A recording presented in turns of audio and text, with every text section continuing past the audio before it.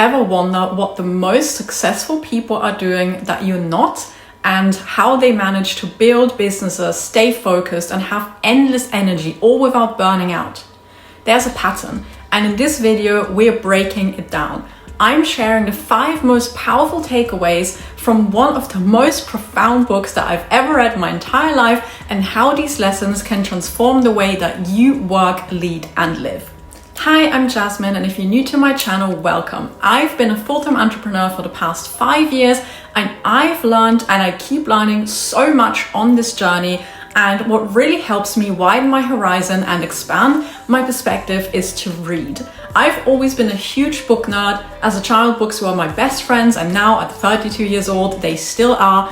I personally think that books are the most valuable asset in the world. Both non-fiction and fiction books hold an endless amount of knowledge, and knowledge is what we should all seek in order to grow, evolve, and improve our lives and our businesses, and also improve as a collective.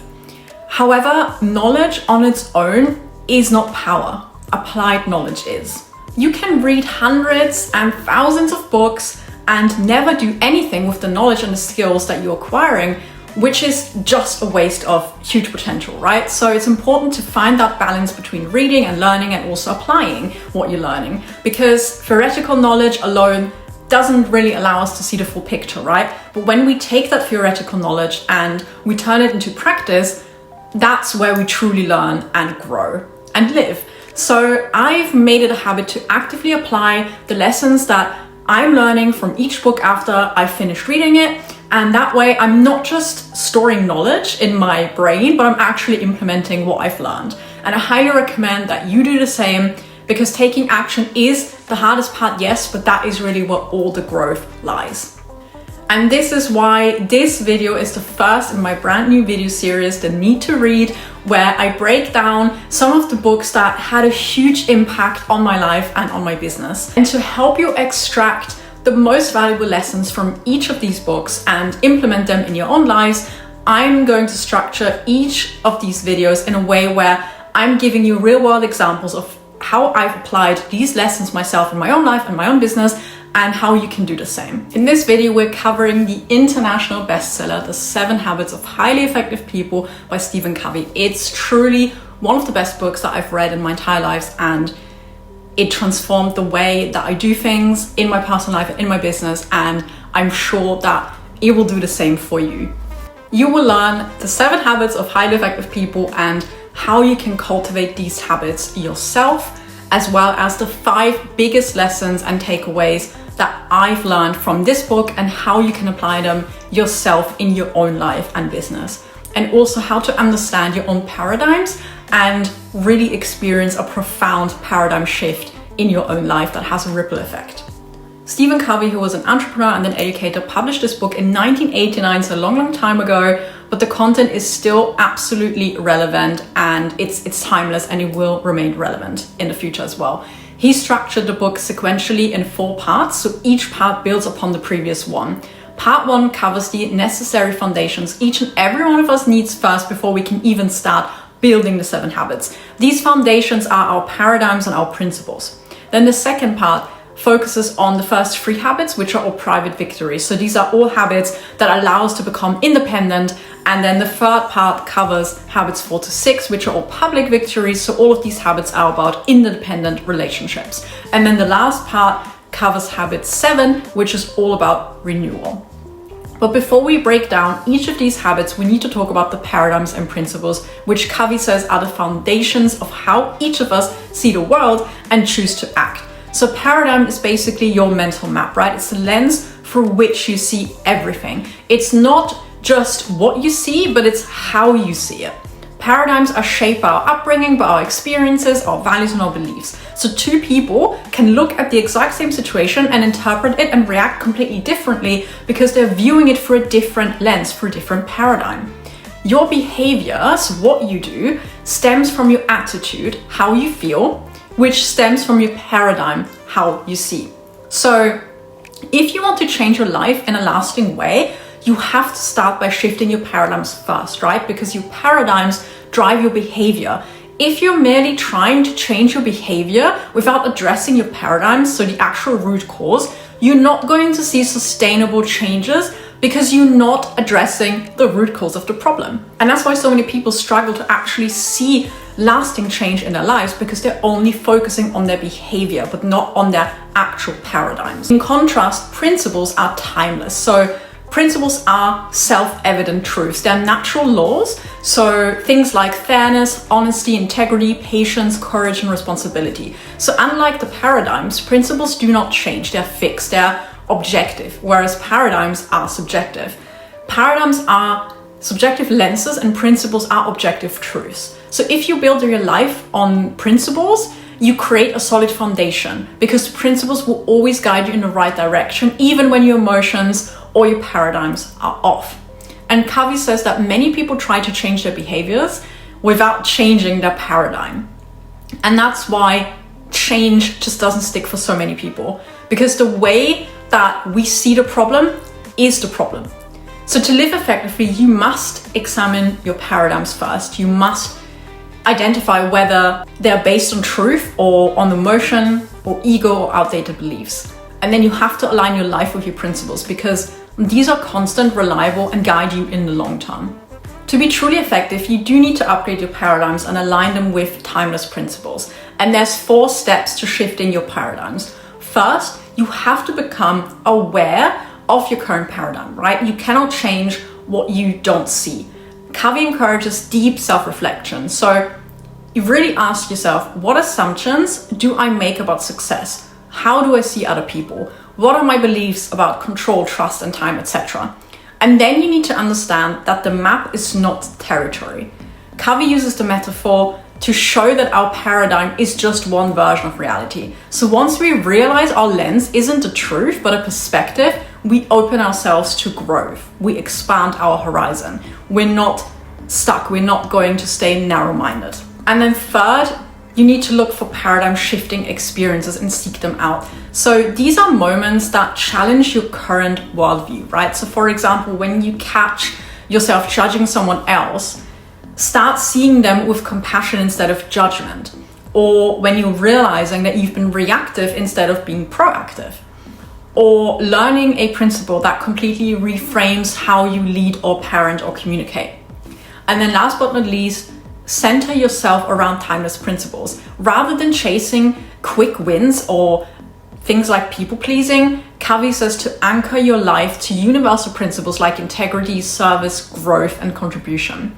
When your paradigm then aligns with those principles, you will naturally see and act differently. He also encourages us to write our very own personal mission statement to really identify our core principles. And that has been so profound for me personally, because a mission statement is a written expression of your deepest values, your principles, and your purpose. It practically becomes your North Star, and it helps you to make decisions with clarity and to set boundaries with confidence and to really stay aligned with what truly matters to you, and to really live a proactive life instead of just reacting to life all the time. Because most people live by default, right? They're driven by external pressures, by social norms, or by short-term emotions. But when you define your mission, then you stop living from the outside in and you start living from the inside out. And it really forces you to examine your core principles and to consciously decide how you want to live and how you want to lead. So after you've watched this video, I highly recommend that you do this. I invite you to start reflecting and write out your personal mission statement, because most people don't actually know what the principles are and what their values are, so they don't even realize when they act out of alignment with them. They have no value and principle-driven decision-making process. But this is crucial if you want to become the best version of yourself and if you want to ultimately be happy with yourself and happy in your life. You don't want to go through life just making decisions randomly and behaving randomly and then wondering, why am I not happy? Why am I not satisfied? Why can I not love myself, right? And also it's important to stress as well that your mission statement isn't carved in stone. It's not fixed. It's a living document, so to speak. So you can revise it all the time. In fact, you should actually go back and revise it, right? At the start of a new year, for example, or during a big life transition, or after a challenging situation that you've experienced, or when something just simply doesn't feel aligned anymore. What matters most is that you keep continuing to reflect on your current values and your vision and your principles and your goals. Make sure that your mission statement really stays authentic and useful as a compass, as your North Star. So think of it think of it like this. Your mission statement is like the operating system of your life. And just like with software, it's normal and wise to install updates as you grow, right? You need to do that. So once you are clear about your principles and your current paradigms, then you can start to actually apply the 7 habits in your life. And the 7 habits are the following. The first habit is be proactive. So really take responsibility for your own life. Do not react, respond instead, because you always have a choice in how you show up. The second habit is begin with the end in mind. So really have a clear vision of what you want. Define your goals so you can create a path to get there. The third habit is put first things first. So prioritize what actually matters in your daily life and in your schedule. What you think is urgent is oftentimes not urgent at all. So avoid being busy just for the sake of being busy and focus on what actually matters and what's actually going to get you to your goals. The fourth habit is think win-win. So this is all about collaboration, right? Life and business aren't zero-sum games. Choose collaboration over competition and always make sure that you go into a conversation with the mindset of how can we both win, and not opposed to how can I win and how can I get the most out of this situation. Number 5 is seek first to understand, then to be understood. Choose active listening over reacting, because great leaders listen more than they speak. So always make sure that you first understand the other person that you're dealing with, instead of trying to put your own opinions and your own thoughts upon someone else. The 6th habit is synergize. Teamwork makes the dream work. It sounds cheesy, but that is the truth, and the whole is greater than the sum of its parts. So always strive to collaborate with others and ditch that scarcity mindset that there isn't enough for everyone to go around. And then the final habit is sharpen the saw. You are the biggest asset in your life. Your energy, your health, your mindset, they all need consistent maintenance, and you need to intentionally schedule time to recharge and rest and reflect. As you can see, the first 3 habits are all about independence, while habits 4 to 6 are all about interdependence. And then finally, habit number 7 sustains your growth across all levels. Covey uses the Maturity Continuum to explain that personal growth happens in 3 major stages. The first stage is dependence, right? So you take care of me. This is where we all begin. We rely on others to meet our needs physically, emotionally, and financially when we are children. We see others as responsible for our happiness, for our success, and for our problems. And then a lot of people are stuck in that mentality as they grow up as well. So for example, people will use language like, you did this to me, or it's not my fault, the typical kind of victim mentality, right? Second stage then is to break away from that mentality and move into independence. So I take care of myself, right? You move from external control to internal control. You finally take full ownership of your choices, your time, your emotions, and your life. And that is where habits number 1 to 3 come in. So be proactive, begin with the end in mind, and put first things first. These habits help you develop personal responsibility, your vision, and your discipline. And the third stage after the independence stage is then when you're moving into interdependence. So we take care of each other, right? And that is the most effective stage for relationships, for leadership and collaboration, because you recognize your independence, but you choose to work synergistically with others rather than just think about yourself and only be selfish, right? Because it's not all about just you. And when you work together, you win. So it's about creating those win-win outcomes and creating that deep trust with other people. And that is where habits 4 to 6 apply. So think win-win, seek first to understand, then be understood, and synergize. And that's why these habits are all designed to be sequential, like I said earlier, so each one builds on the last. So if you're not proactive and you're still stuck in a reactive victim mindset, you won't have the foundation to collaborate effectively or build synergy with others, right? You cannot skip these steps. You have to work from the ground up, and you have to develop each habit as you grow from dependence to independence to interdependence. And there's so much to learn and take away from this book, really a lot, but there's 5 main lessons that I took away that really stuck with me the most. And I will break down each one of them now and how I applied them to my life and to my business and how you can do the same. So lesson number 1, you cannot abdicate responsibility to external circumstances. You are 100% responsible for your life. So in my opinion, This is the first and the most important habit. Be proactive. It's about reclaiming your power and taking ownership of your life. Kavi says that proactive people do not blame their circumstances. They don't wait for luck or for handouts or for perfect conditions. They create opportunities themselves, even when the odds are stacked against them. Most people see successful people and say, wow, they are so lucky. But the truth is that proactivity puts you in a position to become lucky. If you're constantly complaining or looking for someone or something else to blame, your job or your partner, the algorithm, the economy, whatever it may be, you will stay stuck. It will not change anything. I know that this is hard. Obviously, it can be very hard to accept that situation that you're currently finding yourself in and to really keep a positive mindset and not fall into that victim mentality where you are constantly just, outsourcing your responsibility and, blaming everything and everyone else, and you feel like you're stuck and there's no way for you out. I know that that's very hard. I've been in that situation myself in my life many years ago. It really is not going to change anything for you. If you want to change your life, if you want to see positive change in your life, then you're simply not going to get there if you're stuck in the same mindset. If you're constantly trying to abdicate responsibility, it's not going to help you. Whereas if you finally take responsibility for your life, you're going to think differently, you're going to take different actions, and you're going to see lasting change, lasting positive change, because you're breaking out of that mindset that there's nothing that you can do. Because trust me, there's always something that you can do, no matter the circumstances, no matter how difficult it may be for you right now. There's always something that you can do to break out of that, and you just have to take the first step. You just have to try. If you stay stuck, nothing changes, because you've handed your power over to external circumstances. You have to own your life completely, because no one is coming to save you. That is the harsh truth. You have to save yourself. And yes, sometimes things are genuinely, objectively unfair. But if you let that be the reason for your inaction, you've already lost, because nothing's ever going to change.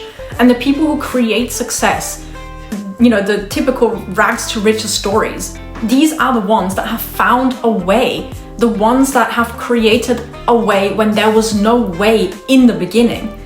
When I started my business years ago, I didn't sit around waiting for people to magically discover me. I really went all in on cold outreach. I sent personalized video messages every single day, even when it felt exhausting and even when I didn't want to do it, because guess what? It's uncomfortable to put yourself out there like that and send messages to strangers, right? I know that I had to do something, and I couldn't just sit around and not do anything, because I would never get to my goals. And that exactly is how I got to my first 10K month, by simply taking the action and doing what I needed to do every single day. It wasn't luck, it was relentless, proactive effort. I knew that clients would come because I was putting in the work to make it inevitable. So I invite you to be brutally honest with yourself right now, even if it's hard and uncomfortable. Ask yourself if you're actively taking control of your own life, or are you waiting for motivation to strike, or are you waiting for the weather to change, or are you waiting for someone else to give you permission, right? For example, if it's raining and you are planning to go on a run, do you still go? Do you find another solution, or do you use the rain as an excuse to not do anything? Or if your launch flops, or you get rejected, or something doesn't go to plan, are you complaining and spiraling, or are you getting resourceful to come up with solutions? Right? Next time you find yourself reacting to external circumstances, pause and redirect your thoughts and your behavior. You need to choose how to control how you respond instead of falling back to your status quo. That is habit number 1 in action. You cannot control the weather or the algorithm or the economy, but you can always control how you respond. And that is something that no one else can ever take away from you. Lesson number 2, clarity of vision breeds proactiveness.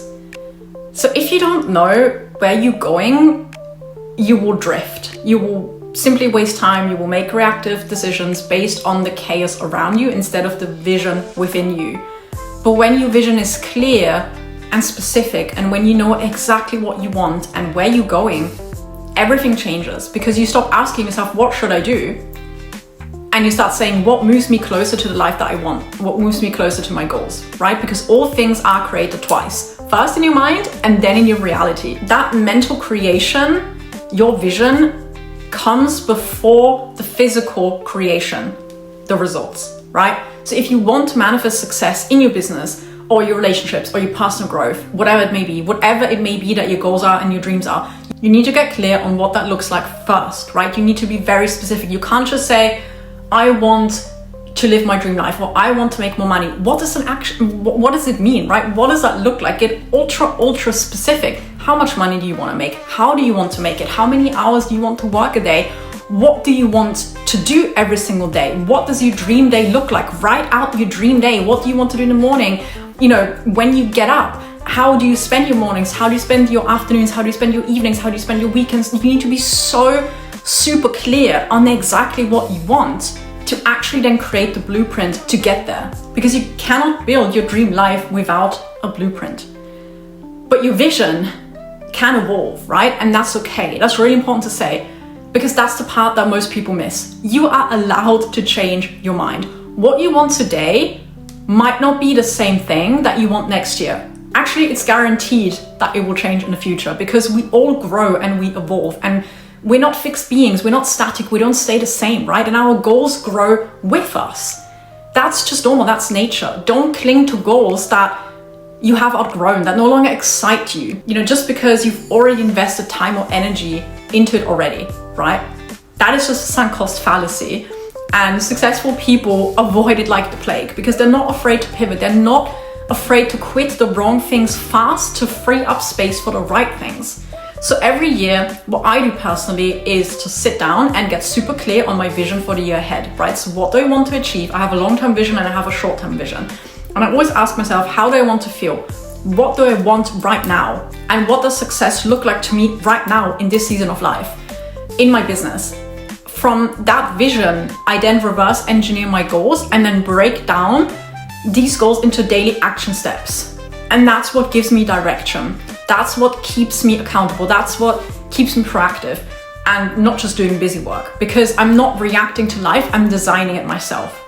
So I invite you to get crystal clear on your own vision. Take 10 to 15 minutes to sit down with no distractions and answer a few questions for yourself. If everything went right in the next 12 months, what would your life and your business look like? What do you actually want? Not what you think you want or not what you think you should want, but what is it that you actually want? What does your soul want? Because a lot of the time, what your ego wants and what your soul wants are two different things. And it's very easy. There's so much noise nowadays, right? So much noise, especially online and, you know, around you.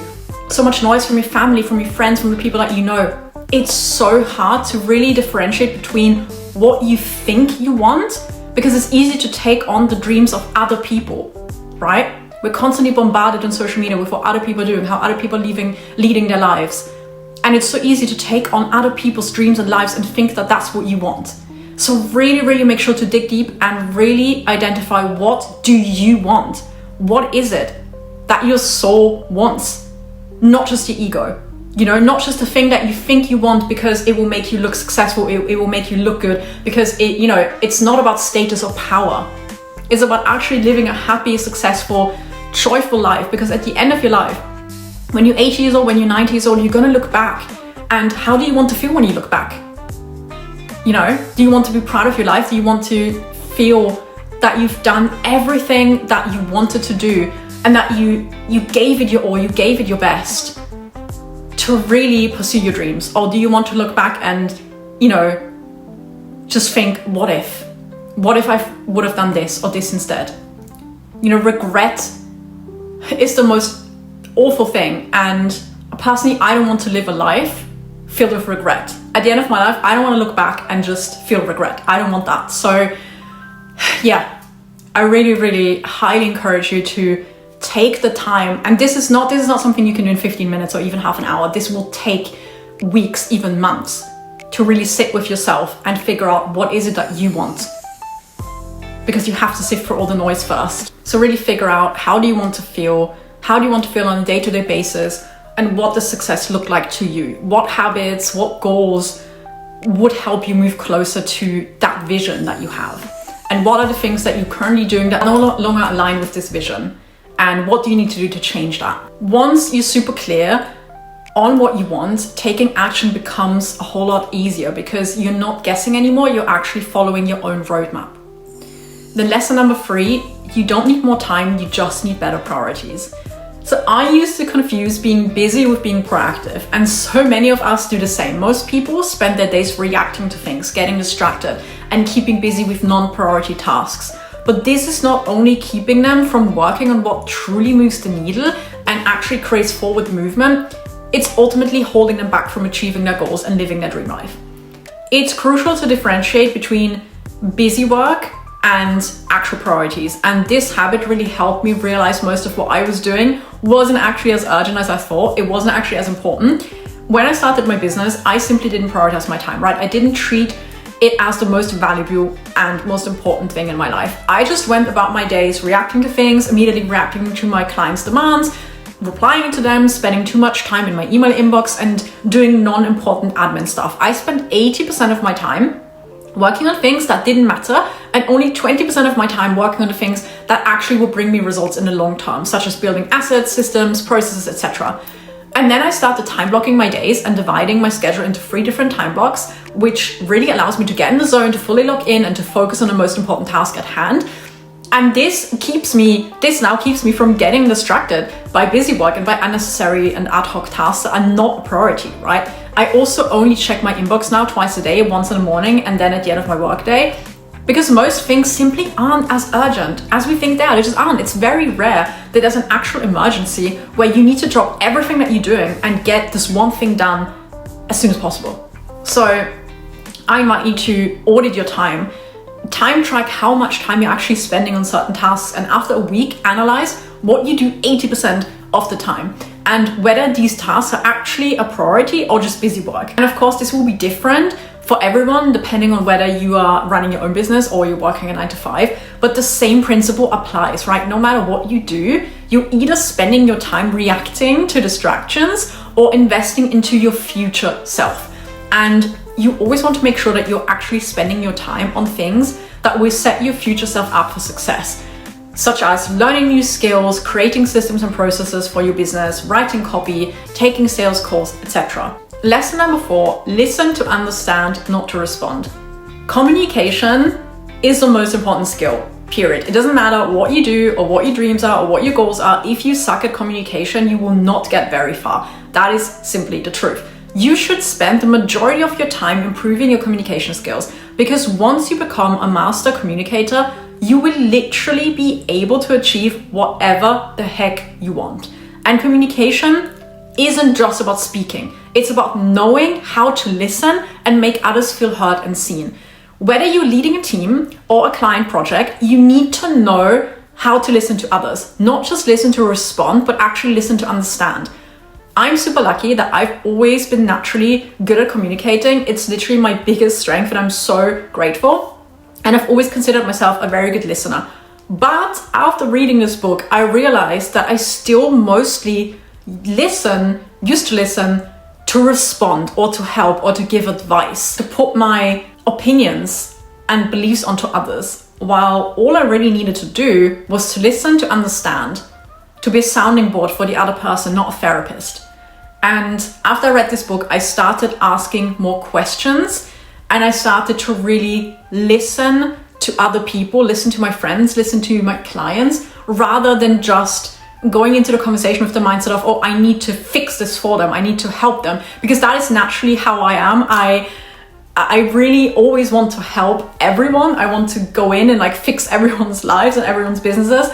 And I know that that's not the way to do things, even if I'm not well-intentioned, right? So this book really helped me to understand that I need to approach things from a different angle and that I need to actually just listen to the other person and not try to always help and fix things. So on client calls, I actually started to listen more, started to ask the right questions instead of just jumping in with my advice. And that really built more trust and it helped me to understand my clients better, which then allowed me to build stronger relationships with them.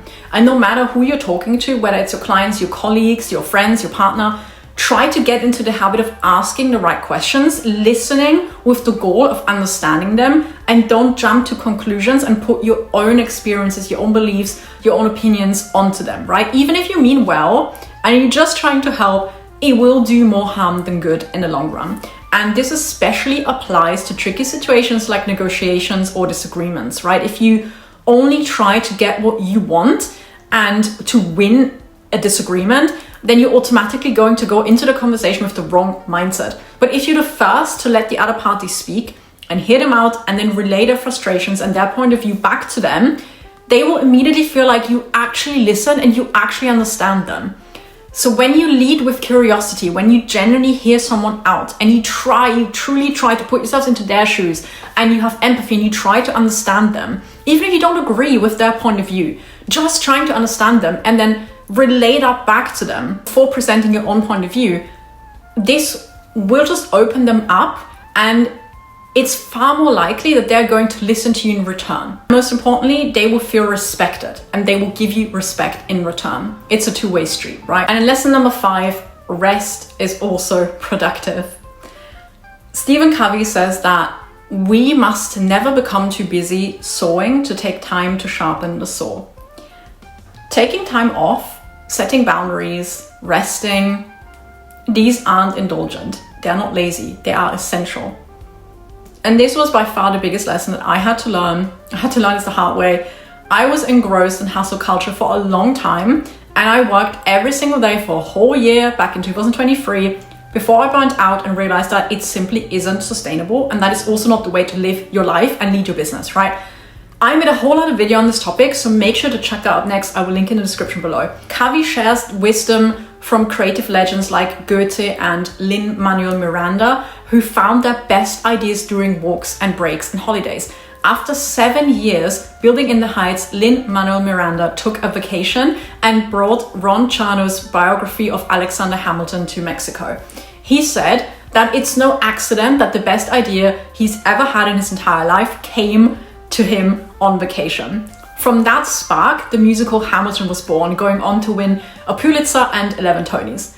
This shows that creativity doesn't strike at your desk. It doesn't strike when you're working. It shows up when you step away, when you give yourself room to breathe, to rest, and to let your mind wander.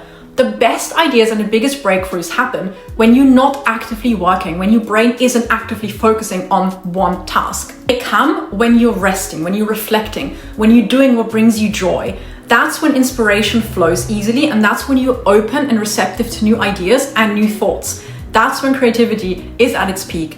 I now intentionally schedule breaks and rest and holidays the same way that I schedule my work tasks, because I don't have to force inspiration anymore. I literally have 10x my creativity ever since I started doing this, and I invite you to do the same. I promise it will change your life in ways that you didn't even imagine. It truly did for me. It changed everything for me. Rest is productive. And once you start viewing it that way and you stop feeling guilty for taking breaks and for taking a holiday, just watch what happens. Watch what happens. Go for walks in nature, read a good fiction book, watch a movie, go see a play, whatever you do whatever brings you joy and whatever allows you to escape for a little while, and just watch how your creative juices are going to flow like nothing else. This has truly been so profound for me, and I highly encourage you to do the same, because the best ideas really come when you distance yourself from your day-to-day tasks, when your brain isn't busy thinking about all the things that you need to get done. As you can see, living and leading more effectively starts with awareness. So really ask yourself, which of these habits am I strong in already, and which of these do I need to actually cultivate? Which of these do I resist the most? And how can I apply just one of these a day? Even implementing just one habit, like proactive planning or sharpening your saw, can really create a ripple effect across your life and your business. If you like this video, make sure to hit that subscribe button. There's many more videos like this to come in this Need to Read series, or breaking down the most valuable lessons from books that changed the way that I show up in my life and in my business. See you in the next one.